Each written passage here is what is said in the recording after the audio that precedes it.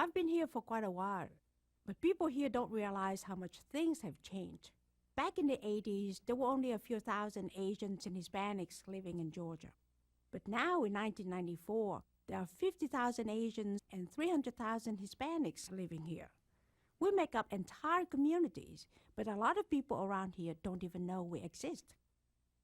I hear a lot of talk about the New South, but what does that mean? What really makes it new is the fact that we are here. Hi, I'm Sutiwan Cox. I'm an alien.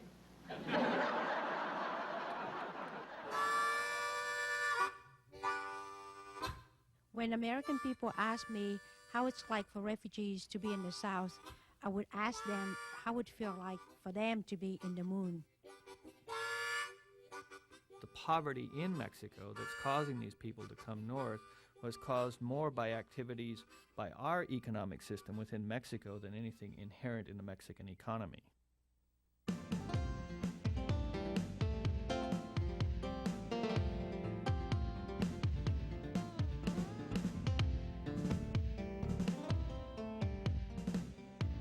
They took something from us, and now they won't even let us knock on the door. But they've gotten rich off of Hispanic people here. The first thing that probably has to be said about Atlanta, race relations with respect to Hispanics, is that it's all brand new. It's all a process of becoming. But if you can't speak their language, you don't exist. Well, if they can't get any sympathy or understanding from the African American community, a community that's been outcast for so long, I don't know where they can reach to. I remember being very disturbed when I saw the City of Atlanta's Comprehensive Development Plan, the 5-year plan, and the demographics were divided between whites, blacks, and others.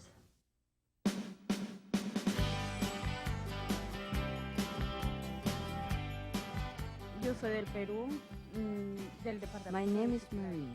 I came from Peru through several countries until we arrived in Tijuana, Mexico, where we hid in an old house. We walked all night, hiding from immigration. We had to cross 3 rivers which had overflowed, and I almost drowned.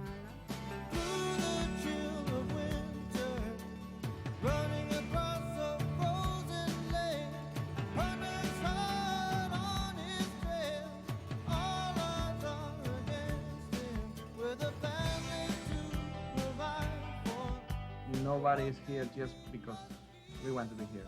It's because we really need to be here.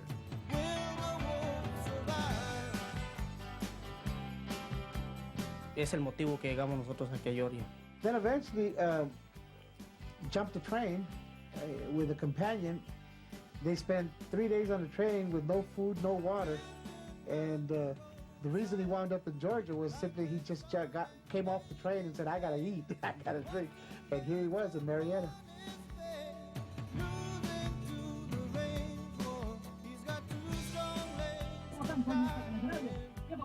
In 1987, I started first soccer league. It was just 7 teams. Right now, we have over 60 teams, and just here in Atlanta, right now there's 2 different leagues.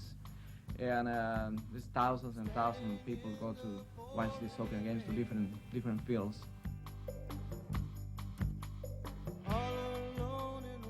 There are 2 messages that are being sent to Mexicans here.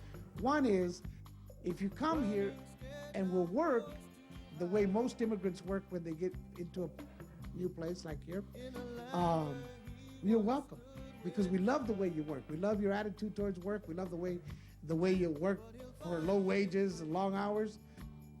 But when they begin to set up residence here, when they begin to set up communities, restaurants, and different places that, and they begin to congregate and they begin to have festivals and things like that, then people say, hey, we didn't have that in mind.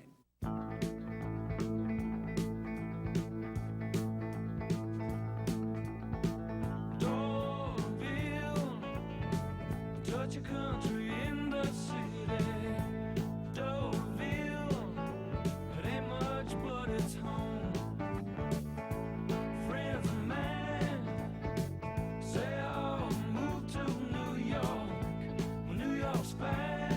they came here a few at a time, but it mushroomed, and why? I don't know why we got so many. But it ain't Doraville.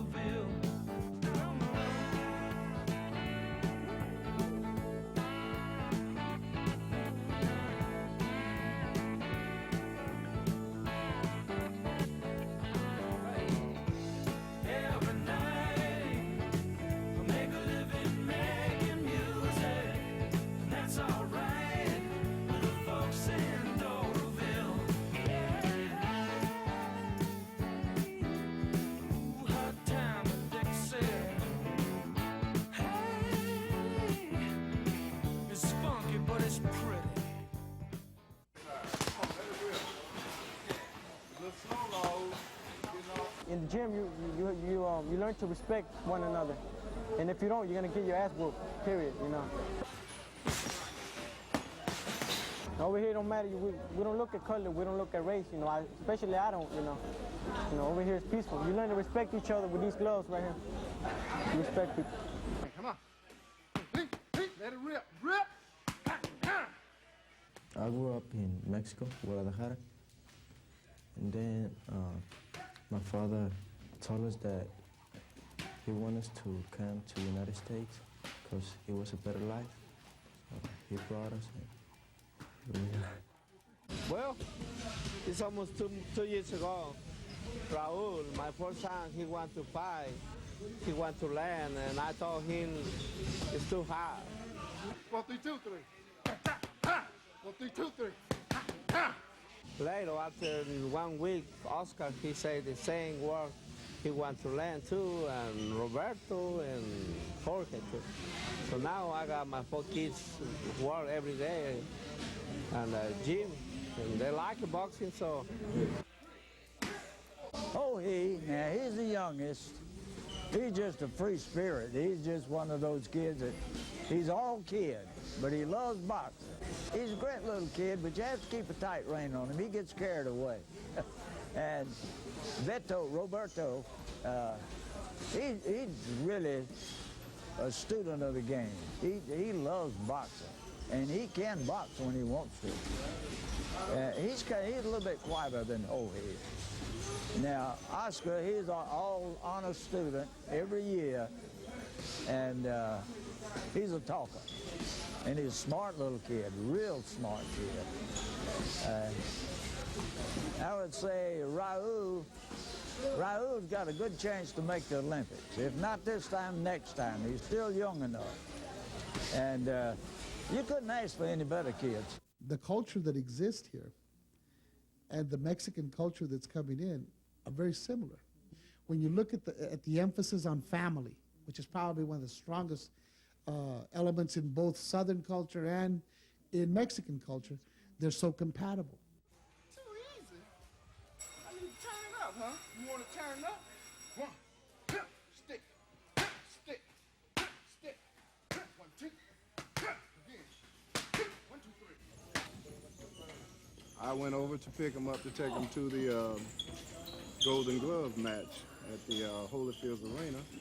And in the process of their getting ready and, mine waiting, their father so happened to come in from work. And just as he entered the door at his home, the boys lined up according to age. Raul, Oscar, Roberto, and Jorge. And they greeted their father one by one with a kiss on each cheek. Hello, Papa. Hello, Papa. And, and I was just amazed by, that kind of respect that they showed their father. And I was just taken away with it. You have kids? Do I have kids? Yeah. I have a 12-year-old. So is that what he does? When I can notice, he come to me with his hand out. Strangely enough, when people from Mexico think about coming to Atlanta, they don't think about how they're going to receive from a race relations standpoint. They think only about what the economic opportunities are. Yeah.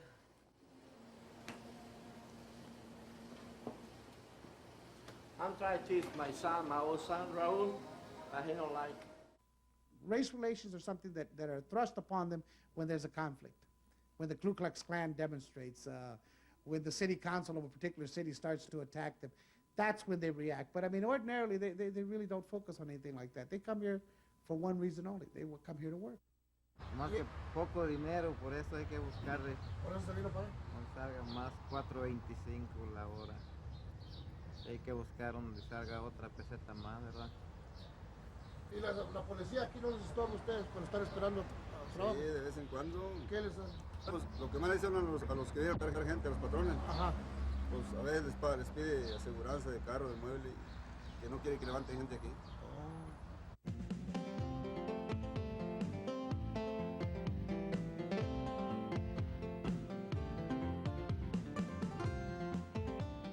Why Chambly is a magnet for refugees? It's just because some of the apartment complexes in that area were willing to rent those apartments at cheap rate in comparison with everywhere else in Atlanta. Once I took a refugee's family to stay in a hotel, I give them the key and I send them to their room. Later, I went to check on them, but I couldn't find any of them. I spent almost 45 minutes looking everywhere. Finally, I found them still standing in the elevator with the key. So a month later, I asked them through an interpreter, I said, why you spend 45 minutes in the elevator? And they said, that was the smallest house we ever lived in. And Americans are so rude. Visitors walk in and out of our house all the time.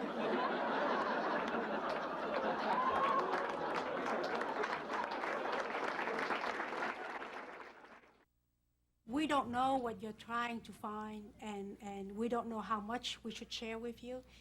For us to tell strangers about our families and our life is very hard.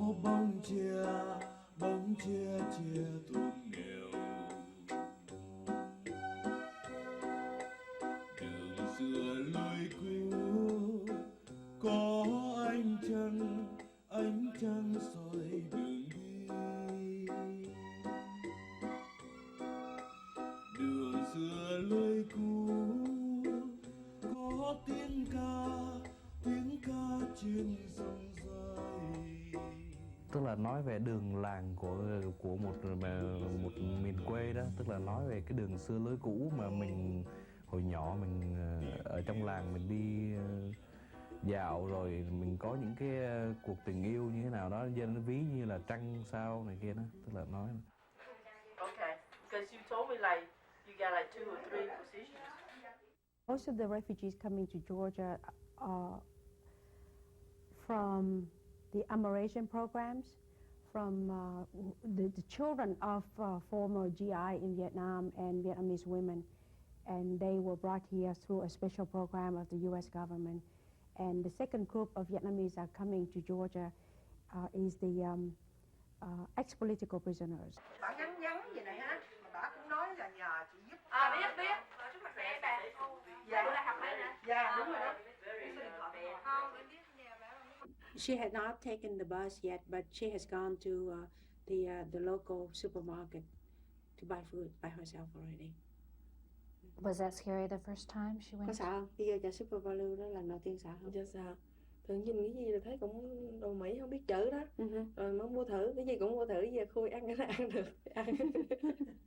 She said because she can't read and write and it's all in English and American product, she had no idea what they are. So she just bought them and opened and see what they are.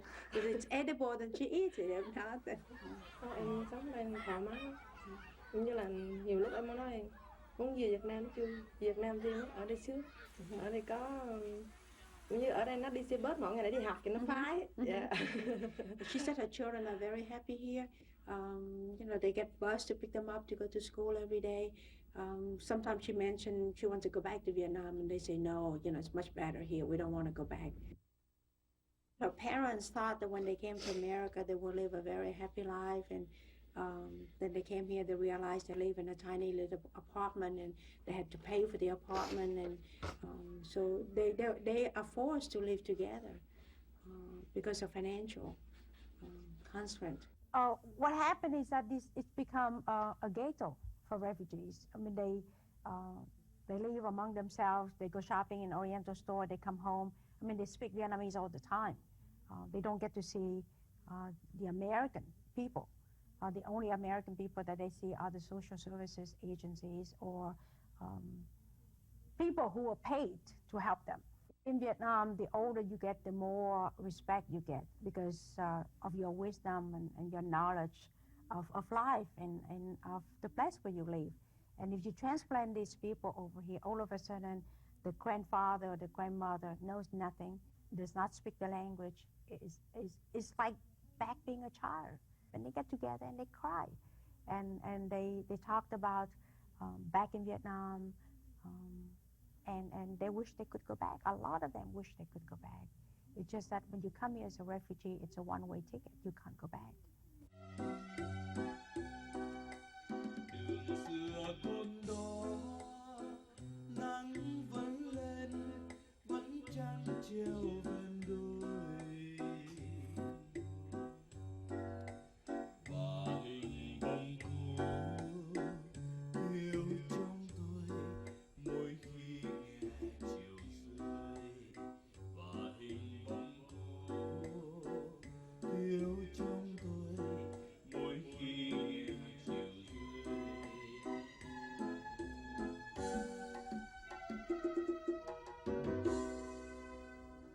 I don't really see any big problems as far as the intermingling of the cultures. It's just a matter of communications, and we're setting up task force meetings now of people of all cultures to participate in working out problems that we might have in Chambly and Doraville. I was invited to that meeting because I just happened to represent the refugee community here, and I walked into the meeting room. An American volunteer who accompanied me introduced me to the mayor, and she said, well, this is one server from Save the Children. She works with refugees here in the community. And the mayor shook hands with me, and he said, well, there's a lot of your people in there. You should feel at home. And I said, great, there's some Asian people in there. And I walked in there, the room was full of Hispanic. I was the only Asian in that room. However, I think that Chambly is well qualified to become the international city. In fact, we're now promoting an international village that would encompass a good portion of Chambly and Doraville. Back in February of '92, a group of people got together at the DeKalb Chamber of Commerce, and we decided that this area was ready for an international village. Like I said earlier, it's going to be a big touristic thing. It's like Japantown in San Francisco. It's going to be a walkway and you know, ethnic things. But what happened is all of the people who can invest in that fancy touristic place will be rich people, not the refugees, not the poor Hispanic immigrant who are working on a daily basis. So these places will turn into fancy apartment complexes with, you know, fancy galleries downstairs and loft upstairs. You think they're going to rent those things at a cheap rent to the refugees? But we hope that the people who don't want to own a business, want to work for a business, we hope that those people will be employed in this area. They wanted to come in with dormitories and bring immigrants in to work in their business and have upper floors and this and that. This was talk now. This was some European type thing like they got in Europe where they make their own beer. The advantage of an international village is that you don't need to speak crystal clear English. You can wear any costume that whatever the appropriate costume of your country is. You can wear that, and that's what's going to be charming about it. I've just received a letter from the chair of the International Village. We have just finished phase 1, so we're going into phase 2. We thank you for your collaboration. We're not going to get out here and recruit immigrants and try to build them a place to live. People like me will not be invited in phase 2.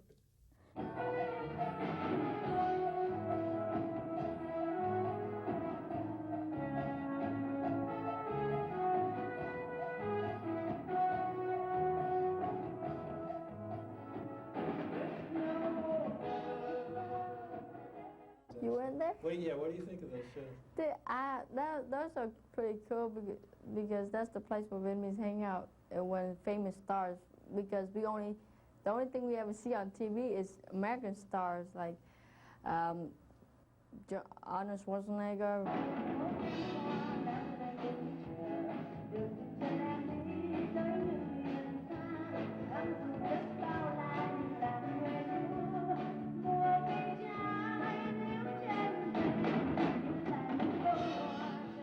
Well, the Vietnamese who come here knew America based on the GIs in the 60s. It's a very prosperous America, and that's how GIs show Vietnam what America looks like.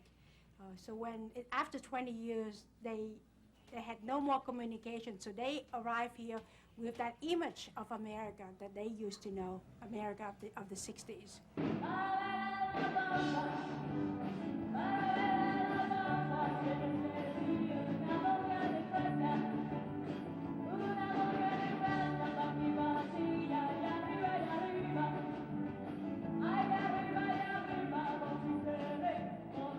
It's like a hangout club where all the Vietnamese come together in one room and just enjoy what they are. Mexican men, they don't feel anything about the bigger women. They don't discriminate against bigger women, and it's fine with them, and that's why I feel comfortable here. I will not go into a white man's bar. I will not go into one. I feel very uncomfortable. They treat you bad. They say bad things to you, and the men here, they don't think that way. Al gato y al ratón, clavas con mi amor. Al gato y al ratón, sin consideración. Al gato y al ratón.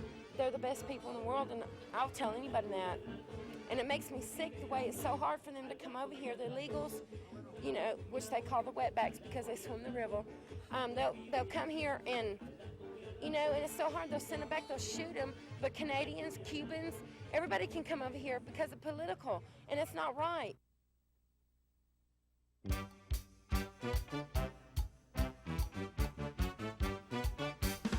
Bueno, básicamente la quebradita viene de México y se ha fomentado más aquí porque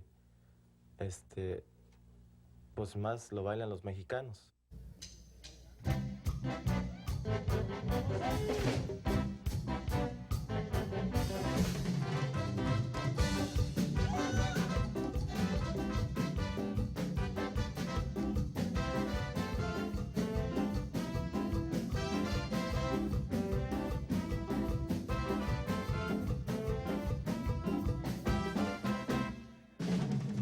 Coqueteando junto a él, te encontré en aquel café, pero tus ojos se clavaron en mí y te miré y te hice sonreír. Desde aquel día tú eres mi obsesión, sé que me sigues por donde yo voy y que me espías en todo rincón. Yo no comprendo cuál es la razón.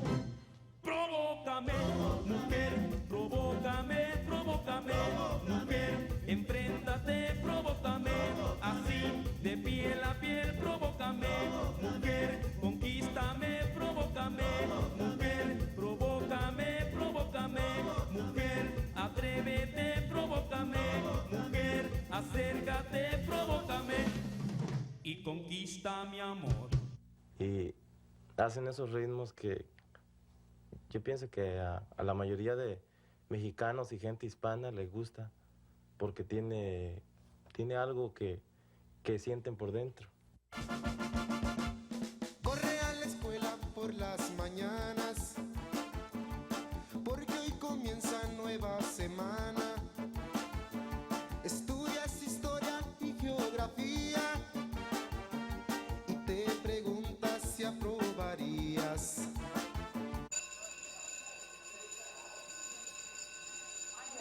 La campana hace dindón, sales volando hacia el comedor. Solo con suerte te puedes sentar y apenas hay tiempo ni de tragar. Oh, I forgot to tell you, I'm a teacher. I teach English.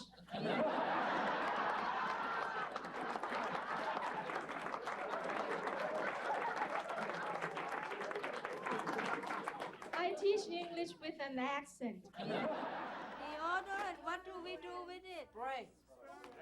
Spray, this one. What do we do? Use it for the hair? Yeah. He ordered it. What do you use it for? For the hair? No. For what? For the body. For the... Under your arm. Why do you need it?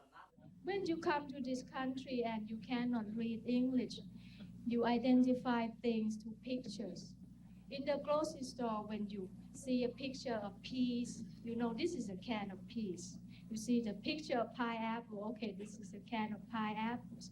So when my students look at the jar of baby food, with the picture of the cute chubby baby,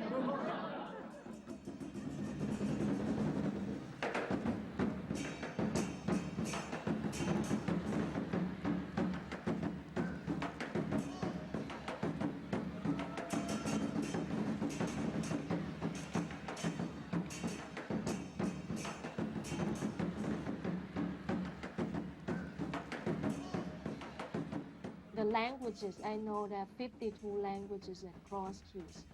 You remember you walk at the hall in Cross Keys, you will see nobody speak English except the principal.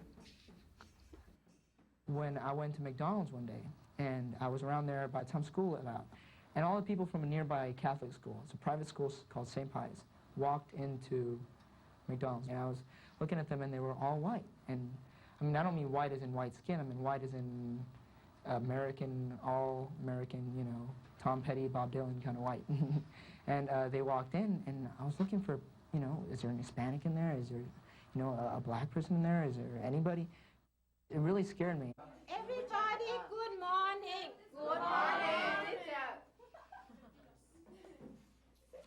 When I first worked there were 3 Oriental people work in our department, and one is Miss Chow, she from Cambodia, and one is Miss Honey, she from Thailand, like me, and one is me, Mrs. Cox, and people will just keep calling me Miss Chow or calling Miss Honey, Miss Chow, call Miss Chow, Miss Cox, because they can never differentiate between the 3 of us. They just think, oh, okay, they're teacher and they're Oriental, they just call us.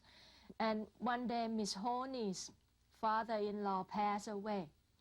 And the vice principal at that time called me in and said, Mrs. Cox, you can have a day off to go to the funeral, your father's-in-law funeral.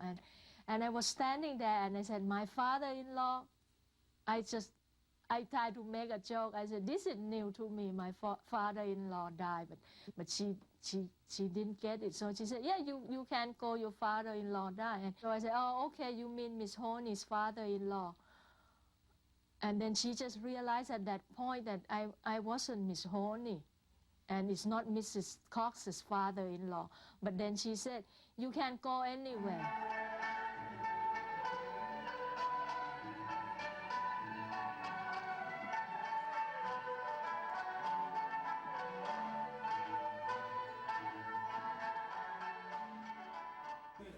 I think being at school with a lot of international people just gives you a little idea of what every country is like. You get to see a little bit about everybody's different cultures. Here you see people from Vietnam, you see people from Colombia, because that's where I'm from. If something's going on in a different country, we can ask someone, you know, and they'll be able to throw a little input, like, you know, when the things were going on in the Persian Gulf, we would ask a few of the kids that live in that area, and they would be able to tell us a little bit about how the government system is over there. And it's just easier to understand when you know people that are from that country and those places.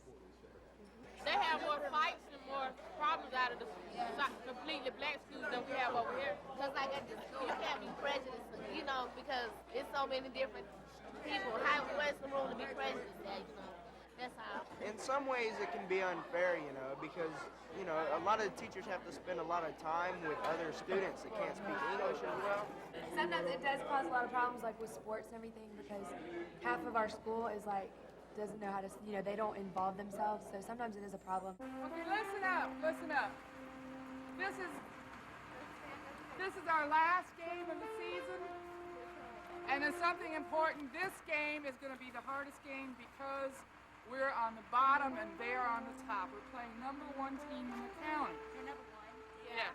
They are. Dunwoody is #1. Now, We're number 7. and we're number about 15. Good luck. Can you tell me some blue shirt? Juanita. Hi.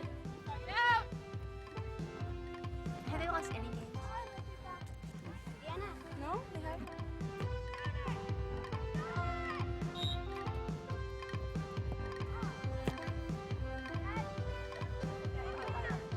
We've been playing for a minute and 20 seconds. One day, one of my students came to me with a job application form, and he asked whether he had to answer the question and the sex. I said, yes, go ahead. He said, but you told me Americans don't like to ask personal questions. I said, that's correct. He said, then why would they want to know that I do it 4 times a week?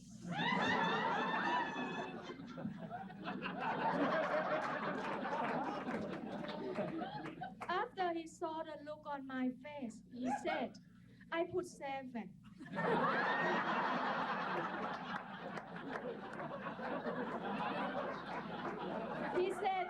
He said, I put 7 so they think I'm strong and hire me.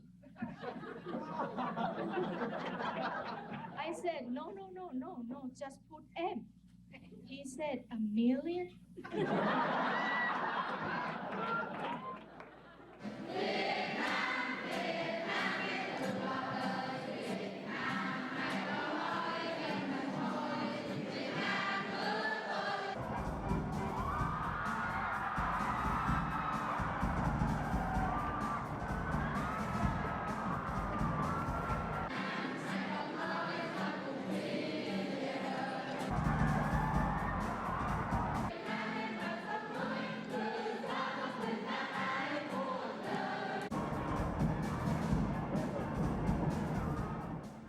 Just yesterday, a friend of mine, we standing at the hallway, and she said, Sutiwan, close your eye. And where are we? And she said, if you close your eye as cross key, we are in Vietnam. Because all the Vietnamese speak Vietnamese, and we are so loud. The Chinese and the Vietnamese are equally loud. For some reason, we just talk loud.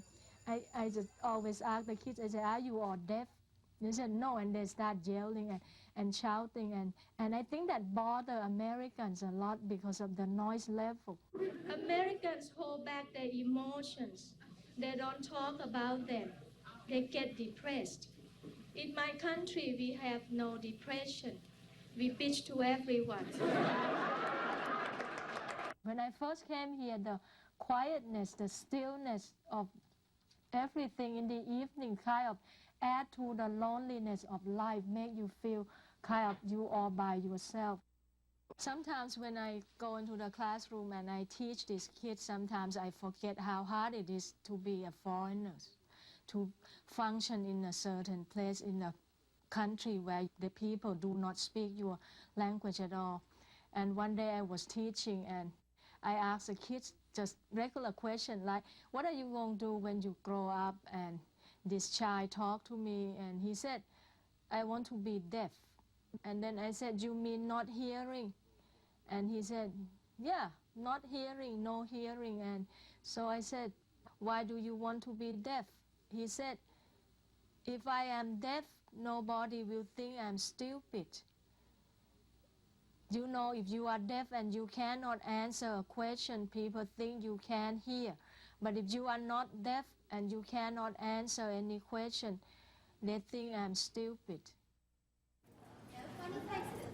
Okay, now boys on the back row, stand with your hands by your side, backs up straight like soldier boys. There, front row, sit with your knees together and your hands in your lap and let your feet hang straight down. But keep them still. Don't anybody wiggle their feet.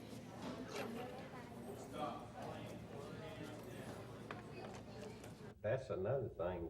They have totally ruined our schools over here at Carey Reynolds and Sequoia because the grade point average is the lowest in the county right now. That's not true because my son's Iowa scores went up. So they are learning. The material is presented to them.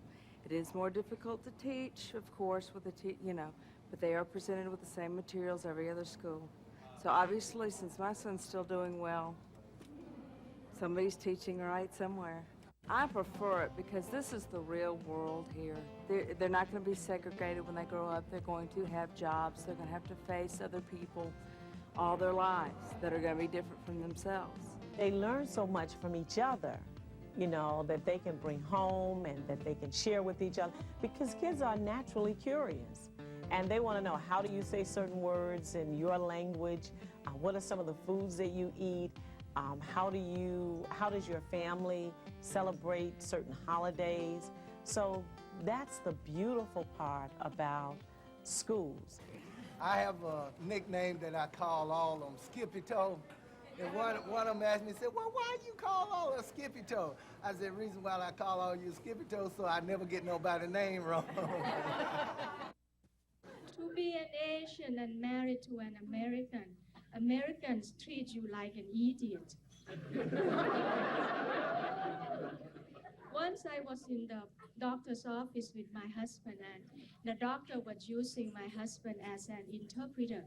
He had to translate English into English. We have a state bird, we have a state flower, a state tree, a crop. Well, we don't have an official crop. The peach is recognized, Georgia being the peach state. And to my surprise, we did not have an official language of our state. So on that premise, when the session started in January, I introduced a bill, and it was a one-page bill, basically, with somewhat of one sentence that said, English will be the official language of Georgia. The people who say that we should not use government funds or public funds for example, printing material in different languages. We should have it only in English, because that's if we print in other languages, then people will never learn to speak English. That's a very biased notion. My kids was sick, and the paramedic came and said, Mrs. Cox, can you translate for me? I said, I do not speak Vietnamese. He said, you translate anyway. Ask her how old she is. So I turned to the girl and I said, On Chim, how old are you? She said, 17, Mrs. Cox. I turned to this guy and I said, she said 17. He wrote it down. I had no idea that there was a national organization that was pushing to make this official language nationwide, nor did I have any idea at that point that there were some 18, 19 states that had passed that legislation and offered it as the official language of their states. You got to be a genius to speak English. That or I'm built upside down, I'm not sure. My feet smell, my nose runs. Got to be something wrong with that. I take my car out and I drive it on the parkway. When I come home at night, I park it in the driveway. And this been going on and on and on for almost 15 minutes. And I look at this guy and said, didn't he realize his kid's speaking English? I think back to in the biblical aspect of the Bible, when all of the people were building the Tower of Babel. All of the language was the same, and the unity was so great among those people that it appeared that they were just going to control and take on the whole world. And according to the scripture and where God saw that, he divided the languages right there, and that was divisive. During my first month, I was driving on Interstate 85.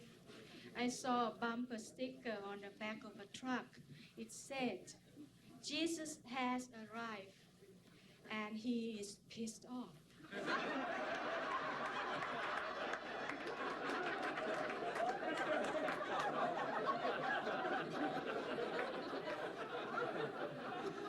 I didn't know what the word pissed off meant.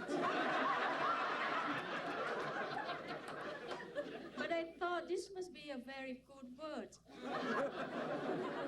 Or even a sacred one. So when I went home, I asked my husband, hey, what this word means? He said, oh, it means angry, very angry. A month later. We have always had ethnic enclaves in this country. I like to use Philadelphia as the example, but you can use any major city. Philadelphia has the Italian part of Philadelphia, it has the Irish part of Philadelphia, it has the Jewish part of Philadelphia, it has the black part of Philadelphia, and these go back for several generations. And you go into South Philly and you hear second, third, and fourth generation people speaking Italian. Nobody accuses them of not becoming like us.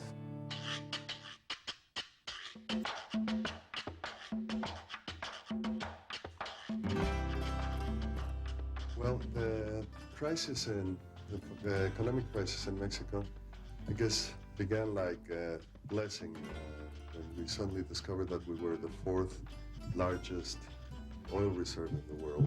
Suddenly we were in everybody's sight, and especially the American banks who started lending money. As the U.S. and the World Bank and the International Monetary Fund tried to ensure that Mexico would not default on its loans to the U.S. banks, and one of the ways that they did that was to require Mexico essentially to dramatically lower the standard of living of the Mexican population.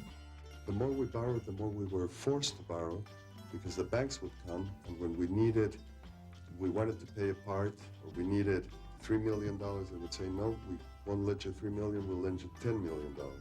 Between 1975 and 1990, the standard of living for most Mexicans probably dropped 70% in terms of their real wages. That was due in large part to direct intervention by the U.S. through the World Bank and through the International Monetary Fund.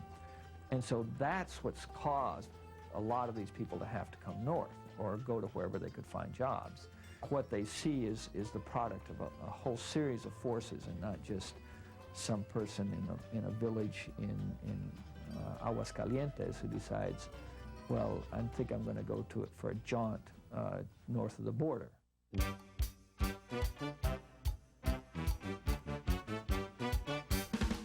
I want number one. Number one, or you want extra crispy? Okay. Would you like an ice cold drink for snack?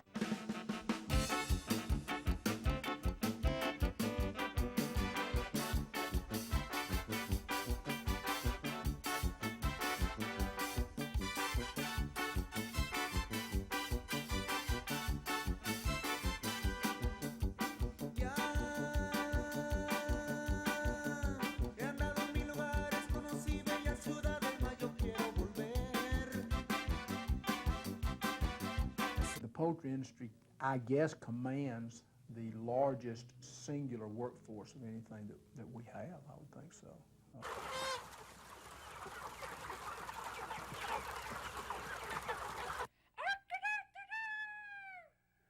Okay, everybody give a round of applause.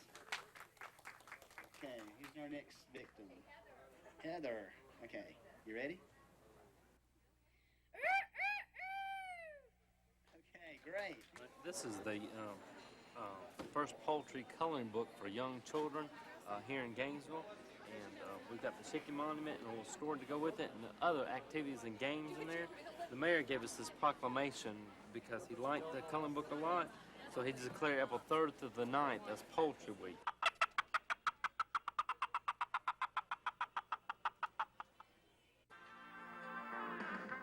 The birds pass the stunner to the killing machine.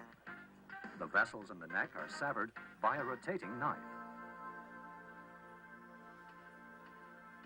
How old is Georgia? And she is escorted by Mr. Rooster. Let me give you just a little bit about Kara, who is our Miss Georgia. Employers in this part of Georgia have spent some time and some energy recruiting Mexican labor along the Texas border. Al principio, 8 o 9 años atrás, 8 or 9 years ago, las compañías pagaban para que uno pudiera traer trabajadores. The companies will pay money so you can bring some more workers. No se puede decir pago, se puede decir bonos. We cannot say it was paid, but we say bonus. Hay mucho mexicano y somos los que hacemos los trabajos más pesados. Y a nosotros, yo he trabajado en plantas de pollo. A nosotros cuando trabajamos ahí nos gritan demasiado. They have gotten rich off of us, renting us or run down apartments or run down housing, selling us cars that will last probably 6 weeks, charging us a fortune. I've seen homes where they are rat infested. We've gone to complain about the landlord about it. He says, if you have so many rats, get a gun and shoot them. You know, we're all just, I mean, we're a neighborhood. We just play together and be together and enjoy everybody's company, that's all. Look, there go Miss Gloria, she's hiding, look.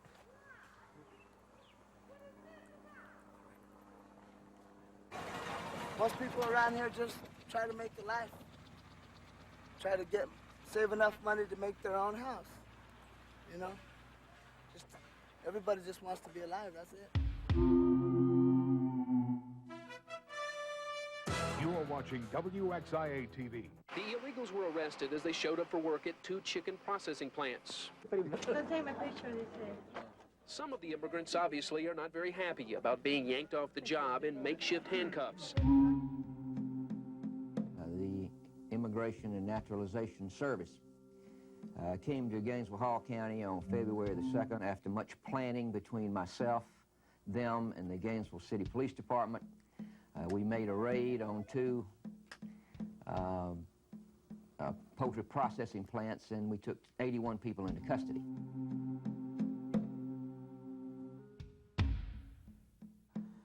Llegamos a trabajar a las 7 y llegaron con una lista y nos dijeron, los que nombremos en esta lista se van a quedar, los que no sean nombrados van a trabajar. They had them locked up like in a corral, ready to get shipped out to market or something. Cuando migración vino aquí, mi cuñado, ¿verdad? Trabajaba en una planta de pollo, una procesadora de pollo. Entonces él no tenía papeles. Cuando migración llegó, revisó sus papeles y él no era legal aquí. Lo tuvieron que deportar a su país, que es México.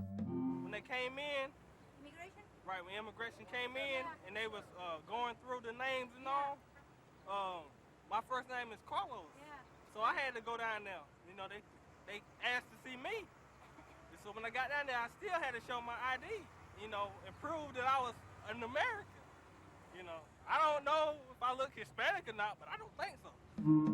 I myself went to Colorado because my mother was sick, and I got stopped by immigration. They put the dog in my trunk. They held me there for about an hour, questioning me, and I think to myself, here I am, a Native American, American-born citizen, and this white guy that came from across the ocean and the black guy that got brought over are questioning me about me being in my own country. We have had men come here and be legal and get a residential status and then bring their families, and their families are not legal. In the raid, I guess we had 22 females.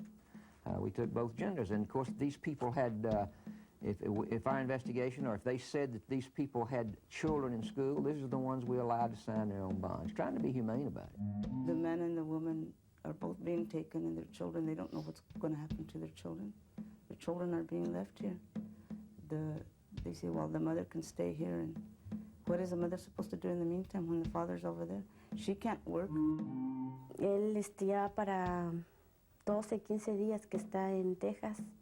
Y él no tiene ropa para mudarse, no tiene dinero para transportarse, ya sea para su país o para nuestro estado de México, de donde somos. Y porque aquí no nos permitieron darle nada a inmigración. Habla tanto de la unión de las familias. ¿Por qué quiere deshacer tantos hogares? I think there's been a couple of positive results from from this. It's increased certainly the consciousness level of the folks around, particularly around this community. It's negative. People are afraid to go out of their homes. Kids are afraid to go to school. Kids that were in high school won't go to school anymore. They refuse to be embarrassed by getting pulled out of school by the INS. The truth, you know, I think it's kind of unfair for some of them because, you know, even though they come up here illegally and all, but, you know, they still work, then, you know, them taxes are getting taken out of their checks. What happens to that money? We will take into custody in the state of Georgia over 1,500 individuals annually. Well, INS, the immigration authorities, said there will be future police action in Gainesville, Hall County. You have to still protect your interest. I use the analogy of your house. I got great neighbors. I really do. They're nice people. They're honest. They're warm. But they just don't walk into my house and do what they want to do, as I just don't walk into their house and do what I want to do. I respect their property. They took our country, and now they say we don't have a right to be here. And I think that's totally wrong. It's just like somebody will go down your house and he knocks on the door and you open the door and say, come on in. He takes over your home and throws you out. You know, that's basically what happened to us.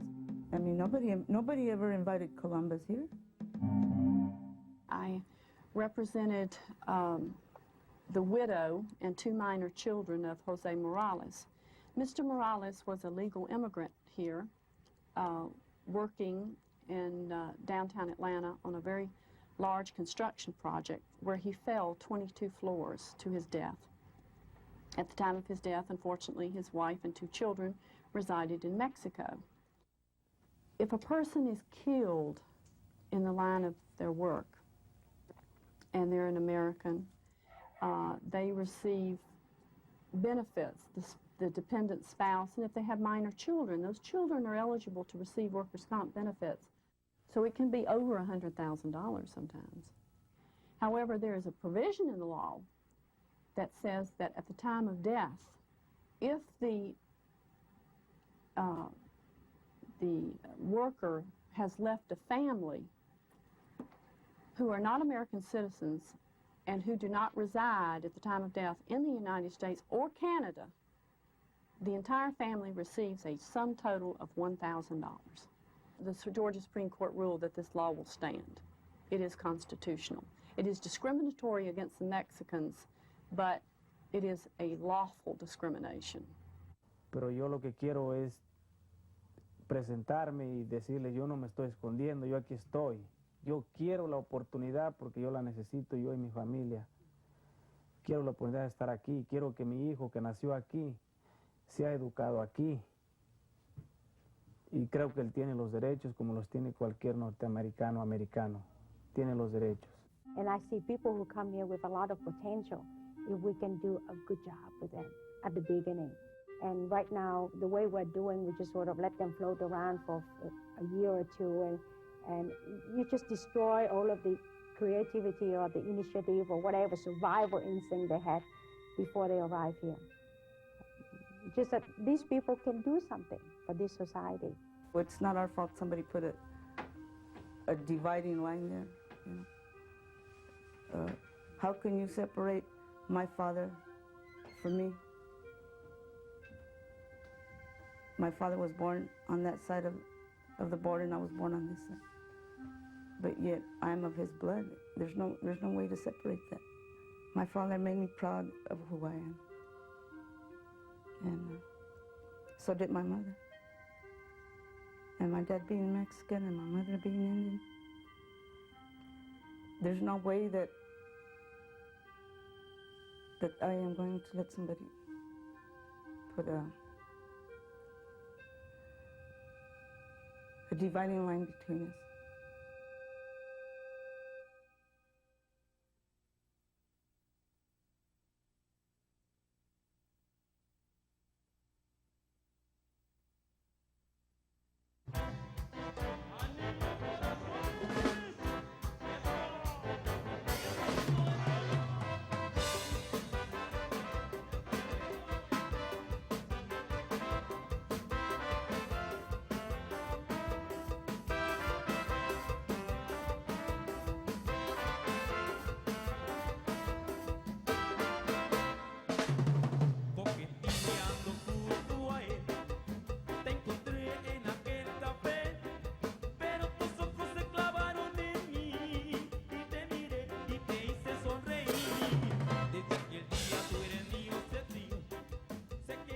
production of this program has been made possible by a grant from the Corporation for Public Broadcasting and the Southern Educational Communications Association.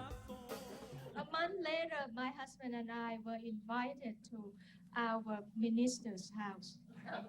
It's his Christmas party. We were there very late. So I walked straight to the minister. I held his hands and I looked straight into his eyes.